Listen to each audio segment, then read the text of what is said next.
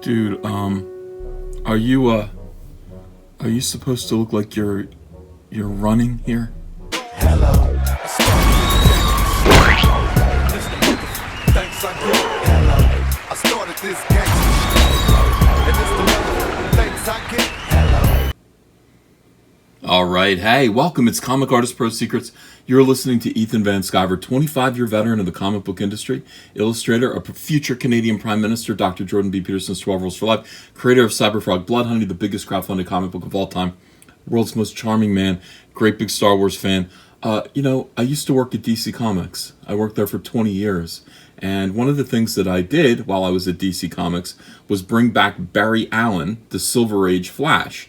Now, Barry Allen had given his life in the 1986 super DC Comics crossover called Crisis on Infinite Earths. He died a hero's death. He stayed dead for a long time. And DC Comics naturally passed his mantle on to a worthy successor, his junior partner, Wally West, who was Kid Flash for so long, took on the mantle of the Flash, and Wally West was the Flash all through the late 80s, into the 90s, into the 2000s.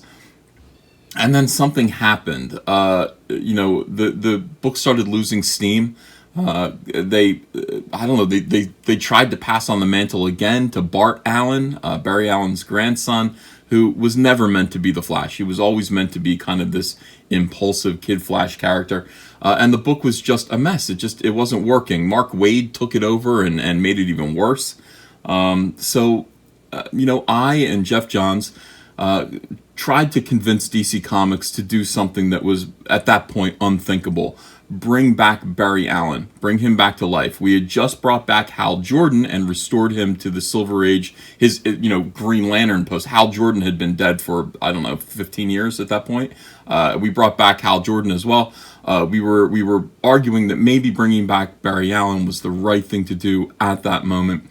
And so I was the one who got to design how Barry Allen looked, out of his costume, in his civilian garb, who he was, his mannerisms, et cetera, et cetera. And I always felt like Barry Allen was somebody who was incredibly dignified. He would make mistakes in spite of himself because he was so focused on justice and making sure that he got everything right. His brain was moving at super speed. Sometimes that made him forgetful of his personal life, and so he'd be late to events, late to dates, things like that. But for the most part, Barry Allen was a man of justice and a very serious guy. I think Hal Jordan would kind of try to get him to laugh.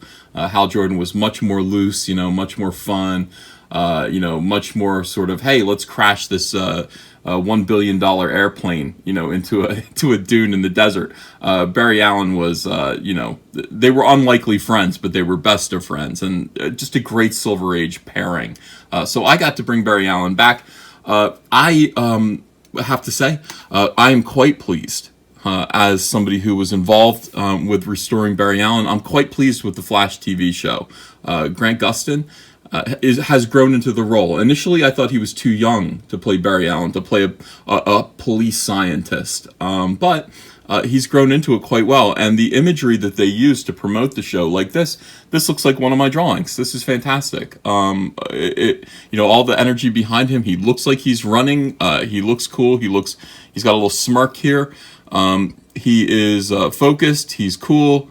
And he is Barry Allen now. Grant Gustin has become Barry Allen, and he's moved Barry Allen to the next, he's moved him on, and he's handing him off to a new generation. Now, contrast this with Ezra Miller. I don't know why they're doing this. I went to see the Justice League movie. I don't understand. First of all, I don't understand why Grant Gustin would not be in the movie as well. We've already accepted him as the Flash. It would be really, really great if somehow DC Comics and the DC Expanded Universe could actually pull it together to make one person represent, this hero or this villain in every iteration. So if there's if there's a Flash cartoon, Grant Gustin should be doing his voice. I'm sorry, Grant, we're going to overwork you maybe, but it's important that, the Flash seem like a real person. So, Flash movie, if he's in the movie, it's Grant Gustin. Flash TV show, obviously it's Grant Gustin. They should be doing this with Superman. They should be doing this with Batman. They should be doing this with Wonder Woman. It will really, really tie everything together like the Big Lebowski's rug. It will definitely tie this room together. I don't know why they insist on having people come in and pee on it. So that's another Big Lebowski reference. Sorry, I don't know why I went there. All right, so this is terrible news. Ezra Miller is a weirdo, I will say. He is a weirdo. I think, he... Now there are any number of characters that Ezra Miller could play. I find him difficult as the Flash. I don't think he takes it seriously. He looked ridiculous in the movie. This costume looks ridiculous. This promo picture looks ridiculous. It doesn't look like he's running. It doesn't. It looks like he's bending over a countertop for some reason. I'm not really sure why. Costume looks terrible. This around the neck looks really odd. The fact that it looks like it was a Flash costume, but somebody dropped it down a flight of stairs and it shattered into a million pieces. It looks like garbage. And again, just the simplicity of this costume, relatively, the relative simplicity, it is worrisome. It is worrisome. So I thought after the Justice League movie came out, and it was a catastrophe, I think they spent $350,000 on it initially. Zack Snyder did. Then Zack Snyder had a family tragedy. He had to step away. They had the horrible cultural criminal Joss Whedon. Why do I say cultural criminal? Because the way that he makes all of his characters talk on Buffy and all of these, whatever it is, everything that he's working on, this kind of like hipster, everybody talks real fast and says these kind of glib things, that has leaked over into internet culture, and now SJWs all try to talk like Joss Whedon characters. SJWs all try to talk like Joss Whedon characters that are reporting for The Daily Show. That's what an SJW sounds like. That's NPC programming. It's the best of both worlds for them. Joss Whedon on The Daily Show. So Joss Whedon came in. I digress. Joss Whedon came in and he required another like $300,000 to finish the movie. That put the movie way over budget, and then of course the movie bombed. So it didn't even have a chance of making its money back. Catastrophe. And Ezra Miller, I think, was a small part. Maybe he was a big part of why the movie failed. He was terrible in the role. He was absolutely terrible. He was abysmal. Gal Gadot as Wonder Woman could not save that movie. Could not. And she was great. So why are they continuing? Do they owe this kid a favor?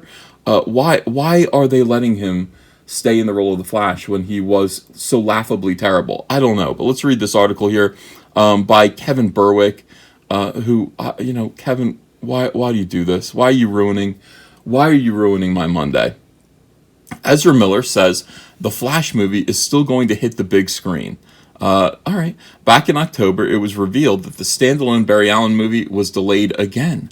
The project was initially going to start production early next year, but it has been revealed that production won't start until the end of 2019, with an expected release date in 2021. Okay, I'm hoping that rational minds will prevail and will cancel this movie, and putting it off another year is probably a way of just, let's kick the can down the road a little bit before you admit that this whole thing needs to be rethought. It needs to be restructured. And by the way, if you're going to do a Flash movie, just get Grant Gustin. Everybody already accepts him as the Flash. I think he's got the acting chops for the big screen. It would make a lot of people happy to see him cross over onto the big screen with the other heroes that he would meet, other big movie stars. Ezra Miller is a nobody. Don't feel like, it's not like he's Gal Gadot or Ben Affleck or any of these. It's not like he's Henry Cavill. He's a nobody. He doesn't need to be the Flash. The movie is not. I'm making my best argument here. Please listen to me. You're not gonna. I know this is. Oh God. Did you see him running in the movie? Fans have been waiting to see the Flash in his own solo project for years, so it's nice to know that Miller thinks highly of the movie. In a new interview, Ezra Miller was I presume he was dressed like a mushroom or something during the interview, with pink eyelashes. Ezra Miller was asked about the status of the new Flash movie. He likes to dress up like that. The actor is currently out doing press for Fantastic Beasts 2, but he has been asked about the Barry Allen movie quite a bit over the last few weeks. While fans are worried, Miller assures that the movie is still happening. He had this to say. Oh, good. Nothing is ever certain in this world, but as certain as things get, we're making a fucking crazy dope Flash movie. Anyone who knows about Barry Allen knows he may arrive late, very late, but once he gets there, it's all solved. We have to trust. Very good. That's a great quote, Ezra, I have to admit. Ezra Miller also called the chance to play the Flash on the big screen one of my greatest life dreams. Well, it was a nightmare for Warner Brothers. It was a nightmare for Warner Brothers and for every fan. Well, I mean, I'm sure there are fans that liked Ezra Miller as the Flash. I'm sure there are a few, but the Justice League movie as a whole was a cacophony. It was a mess. It was a disaster. It was just what's a cacophony? One loud, discordant note. Like it was like a piano falling down a flight of stairs. I guess that's what a cacophony is. Okay, it's a good word. Use it. It's unclear if John Francis Daley and Jonathan Goldstein are still on board to direct the project. Why is it unclear? But Miller remains confident despite another delay for The Flash. The movie appears to be stuck in perpetual development hell where it should stay. It should just stay there. Don't make this movie, please. Don't make this movie. Don't solidify. Don't further ruin. See, the problem with making a Flash movie and a bad Flash movie with a miscast actor is that it stays in cement for a long, long, long time. It took a while for the Batman franchise to recover after George Clooney, it took a while for Batman to crawl out of that abyss. And Batman movies are just a layup. I mean, Batman movies always do well. Everyone wants to go see a Batman movie. It took a while. When you screw up like that, things come to a halt for a little while. And I think there was at least a 7 or 8 year gap between Batman movies after the George Clooney one. This is going to ruin the Flash for a little while. He won't be permitted to be on movie screens for a little while if you continue to do this for years, maybe a decade. And by the way, it's hard to get the Flash on the screen in the first place. All right. So another question that Ezra Miller and the cast of Justice League have been encountering is whether or not Ben Affleck and Henry Cavill will continue to star as Batman and Superman, respectively. It's been rumored for over a year that Affleck is done with the role. Can you imagine? And it was recently revealed that Cavill is finished with his role as well, though it may have been a contract negotiation tactic. When asked, Miller was reportedly a little uncomfortable, according to the original interviewer. Miller explained, when there are these leaks of information, or however people get stuff, it's pretty unreliable. I refuse to believe that. I think Mike Zero was 100% accurate. I do think Henry Cavill and Ben Affleck are gone. I think so. Why would they stay? They're not having a good time. The movies aren't good, but they look pained every time they have to discuss them. I'm pretty sure that they're gone. And it's a shame because I think getting a chance to be Batman is a big deal. And then wanting to leave the role of Batman, being thought of as Batman, has got to be excruciating. You must be having a bad time. The Flash movie has reportedly been pushed back to further tweak the script. It's important to note that the movie has never had an official release date, so we've never seen a real timeline. Ezra Miller's comments make it seem like it could be a while before we see Barry Allen in his standalone movie. For now, Warner Brothers is putting the focus on Aquaman, which hits theaters next month. Jason Momoa and the rest of the cast and crew are on the promotional tour for the first DCEU project in over a year. Oh my God, you can read an entire lengthy interview with Ezra Miller over at Playboy if you want, or you could slam your testicles in a windowsill, like slam or a car door, or you can repeatedly have a friend bash your head inside of a refrigerator with the door. One of the two. It's up to you. Make your choice. I can't see. Let me use some Mark Wade style persuasion, mob persuasion tactics. I can't see any good outcome from making this movie with Ezra Miller. I just don't foresee anything good happening for DC Comics or the DCEU if you let Ezra Miller be the Flash. I'm sure he's hip. I'm sure he's fun to hang out with. He is not Barry Allen. He is in no way is he Barry Allen. He's no version of Barry Allen that's ever existed anywhere except for on one single movie that bombed. So please fire him out of a cannon into a brick wall. Trebuchet is fine. Use the trebuchet. Trebuchet him into an oncoming train, and then actually hire an actor who resembles Barry Allen, or even better, just use Grant. He's great. He's doing a good job. Hey, want to follow me on Twitter?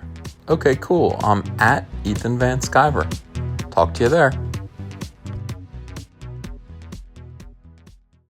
Show your friends you support independent comics while showing the world who you back in the fight against the swarm with the brand new Cyberfrog t-shirt from Crypto Fashion and Comic Artist Pro Secret.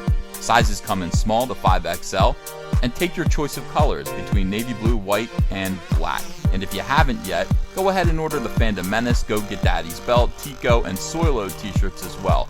Link is below in the description. You're going to look great. People love these shirts. They fit wonderfully. Thank you very much.